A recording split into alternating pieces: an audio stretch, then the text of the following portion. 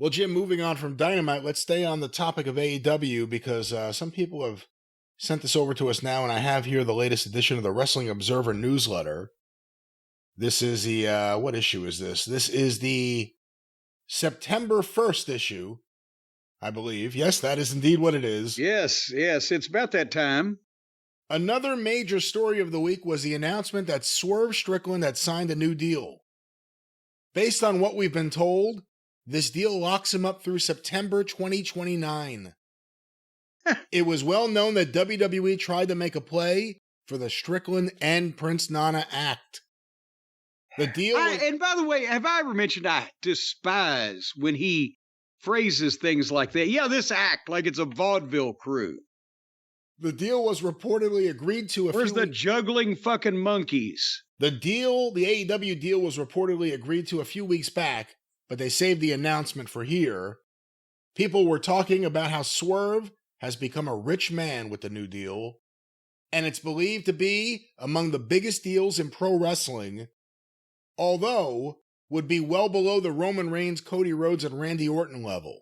Oh, wow. It's probably in the range of the Kazuchika Okada and Mercedes Moné range, based on what were hinted about regarding those deals, which are lower numbers than have been reported elsewhere. This deal is not at the numbers... Punctuation would be his friend. This deal is not at the numbers of what was reported for either of those two deals. The deal and the offer to Daniel Garcia were told to us by someone on the WWE side for Garcia, and more than one on Strickland, as being bad for the sport, because they are so far over what WWE would perceive the market value being for both, with the idea he's spending more than he needs to and raising salaries. Let's stop there. And Dave does note here correctly, the reality is WWE can afford anything. What are your thoughts on Swerve's new contract, the purported price range, I guess his value to AEW and how much they do need, whatever they need, and also, is it bad for the business? It's different than, are they sitting there laughing at how much he's going to offer them? That's an argument. He's hurting the business because he's raising the salaries of everyone. Well, first things first, bravo to Swerve for getting the money, because you can't feel any empathy or sympathy or any kind of these for Tony at this point when he's just throwing out these millions of dollars ludicrously.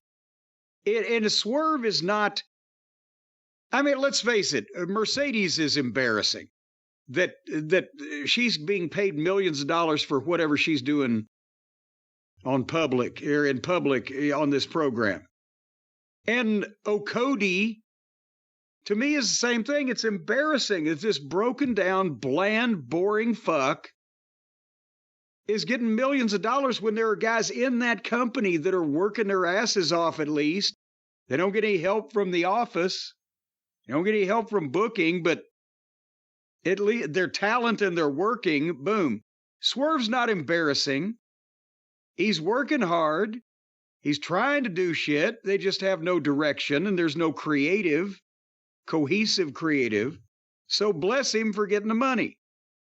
Having said that, yes, there's a difference between, okay, let's make an offer for so-and-so and see if Tony will top it just as sport, and Tony not even topping but just blowing the doors off any other offer, because then it does get ridiculous for the pay structure of the business in general, not saying that the WWE pays the guys the percentage of their income that, or percentage of the gross, I should say, that they should get, that other sports athletes get.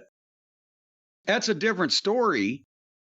But to just randomly pay millions of dollars for talent that is nowhere near worth that, then you've got guys choosing, am I going to sign with this lunatic asylum for 5 years and get all this money and retire and never work again? Who gives a shit whether I'm any good or not, whether I do good or whether anything happens, I'll be fine. or is a 25-year-old that thinks I can make big money in this business for 15 years with the WWE if I do it right. That's going to be about the only reason not to just go take this sucker's money. Looking at it from the AEW perspective, not justifying any of the contracts of anyone. Swerve, would you agree that Swerve is more valuable than Mercedes Moné and Okada? Oh, good God, yes. And see, both of these things can be true. He is better, more valuable, has more upside, is younger than, or at least looks younger than O'Cody, and is not anything like Mercedes. But does that mean that if Tony paid him $50 million, would that be worth it just because he's the best of the bunch? No. And by any metric that you can examine, Swerve Strickland has not added that much revenue to the company, and I'm not sure that anybody else would pass that scrutiny on the roster either. Tony at this point, anybody that comes up for renewal, he's going to give them more money to stay just because he'll be embarrassed if he loses them. And I think a lot of them know that. And for him, we always talk about how it's a drop in the bucket, specifically when it comes to a big raise or a contract like that. Giving someone a $500,000, $750,000 raise, that's not much to him. It's different than, a real company. And that's, despite whatever you think of AEW, it's just different than a real company. He has unlimited capital. He could do whatever the hell he wants. And like you just said, he's got to lock guys up. Now, Swerve, you could understand. And MJF, you could understand. What about Ricochet? How much money did Ricochet just get? Yeah. For how many years? And 5 years? For how many years? And how many weeks is it going to be before Ricochet is one of the boys like everybody else that comes in there and doesn't make a difference in the ratings or the Zabada? And the match quality, for those who like that kind of thing, I'm sure will be off the charts, and it'll be the same number of people that's watching those matches as it is right now. And even if they get a star that draws money, they don't draw money in AEW because they're nullified pretty quickly. So millions of dollars to just make sure that every time that one of his existing talent contracts comes up, those people are motivated to ask for more money. The fuck? And again, you can understand Swerve.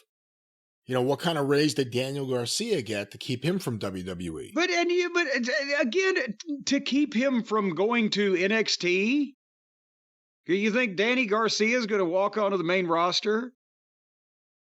Did Tony need to pay him that at all? Did he need to pay him that much? How much is it? Point being, just with what has been reported, if you made a list of who in wrestling should be amongst the highest earners in the business, not just one company, I don't think Mercedes or Swerve or most of these guys would be there to begin with in terms of what they're producing in the place that they currently work. Well, that was the AEW contract talk, and perhaps, how do I do a good transition here? Perhaps someone wants to sell used gear online. Perhaps some of these people need something to fall back on. Yes. Just in case, because in 5 years, what happens if Daddy Shad yanks a knot in Tony's tail and Tony the Tiger becomes Tony the Timid in 3 years? Are they going to get all paid off? They're going to have AEW declare bankruptcy? You don't know what's going to go on because you're not in charge, ladies and gentlemen. And I'll tell you what, you got to be in charge of your business. You got to keep on top of your business. And nobody keeps on top of your business better than Shopify, the home of the #1 checkout on the planet, the shop pay that boosts conversions up to 50%, whatever the hell that means. And most importantly, Brian, way less carts are going abandoned and way more sales are going. Because, yeah, I've seen it on the news, these abandoned shopping carts in various places around the country.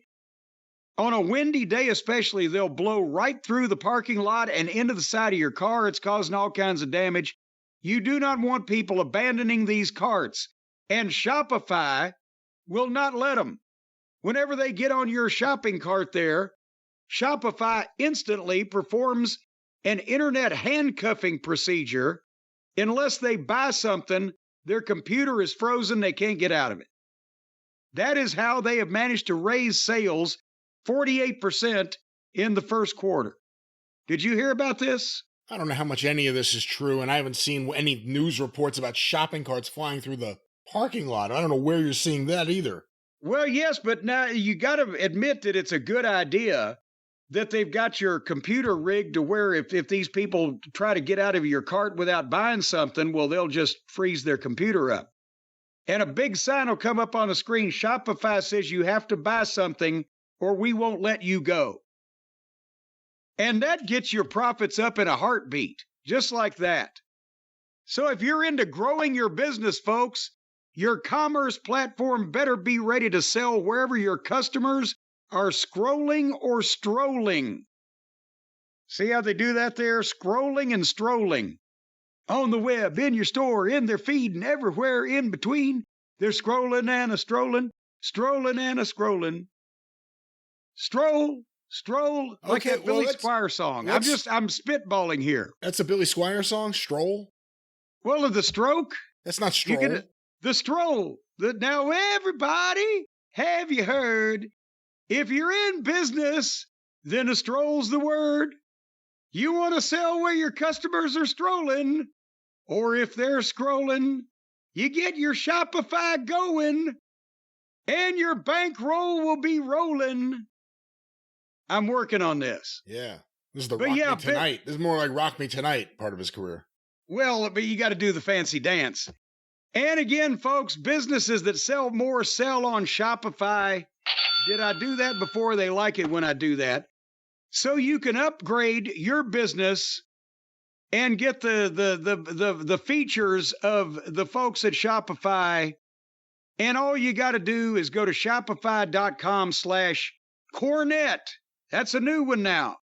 Just for the drive-thru here. Shopify.com/Cornette. All lowercase. And you get a $1 a month trial period. $1.